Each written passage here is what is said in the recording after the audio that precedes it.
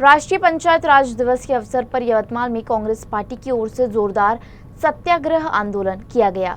यह आंदोलन महात्मा ज्योतिबा फुले की प्रतिमा के समक्ष आयोजित किया गया, जिसका नेतृत्व विधायक बाळासाहेब मांगुळकर, पूर्व मंत्री शिवाजीराव मोघे और बसंतपुर के ने किया।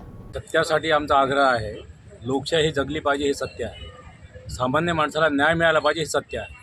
सामान्य माणसावर अन्याय होऊ नये अशा प्रकारे सत्य आणि हे सत्य मात्र दडपल्या जात आहे। सत्याचा खून होत आहे आणि म्हणून आम्ही सत्यासाठी आग्रह धरत आहोत।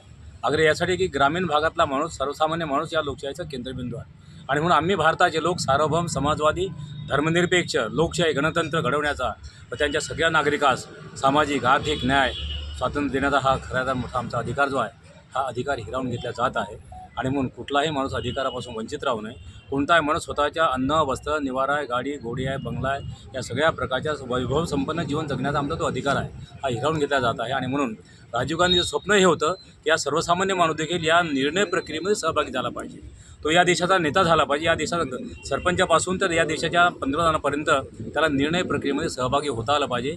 हे स्वातंत्र्य आणि हे सत्य आम्ही स्वीकारलेलं होतं, पण आज काळाच्या ओघामध्ये मात्र मागील 10-12 वर्षापासून प्रत्येक माणसाचा खून होत चाललेला आहे। लोकशाहीचा खून होत चालला, स्वायत्त संस्थांचा खून होत चालला, बँका पळवल्या जात आहे। अशा प्रकारच्या या अत्यंत अनागोंदीच्या कारभारामध्ये आमच्या सगळ्या माजी नेत्यांनी जी काही विचारधारा आम्हाला दिलेली आहे, त्या विचारधारेचं मूर्त स्वरूप समाजात अवतरावं यासाठी आमचा सत्याग्रह आहे।